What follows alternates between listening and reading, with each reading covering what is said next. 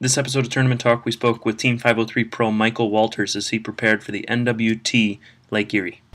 So the rare day off today, the tournament being postponed, how does that affect your plan for the weekend? For the most part, I don't think it'll affect it that much. You know, with the postponement, it's mostly due to the wind.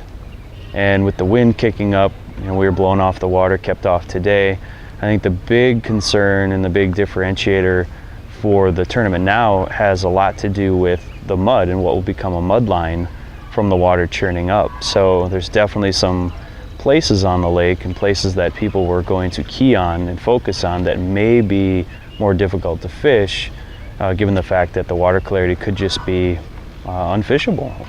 For me, because I was planning to go pretty far north, I'm hoping I'm going to look at some satellite imagery later, but I'm kind of the belief that with the direction of the wind that'll be my best shot at the clear water, and that my bite pattern won't change so much. So does it change your strategy at all?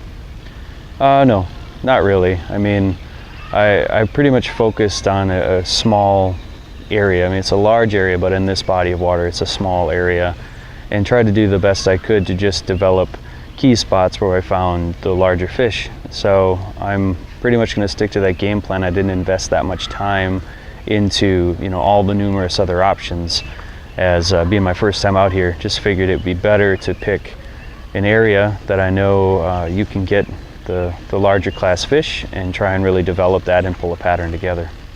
So you're paired up with Michael Bosh, who's the current points leader in the co-angler side. Yeah. You excited to work with him? Yeah, totally. I mean, if you could pick a co-angler for me, you know, off a lineup and find like a hand-tailored partnership, I think it's probably Michael Bosh. We're cut from the same kind of fiber, similar attitude, a lot of energy, get excited about stuff, positive.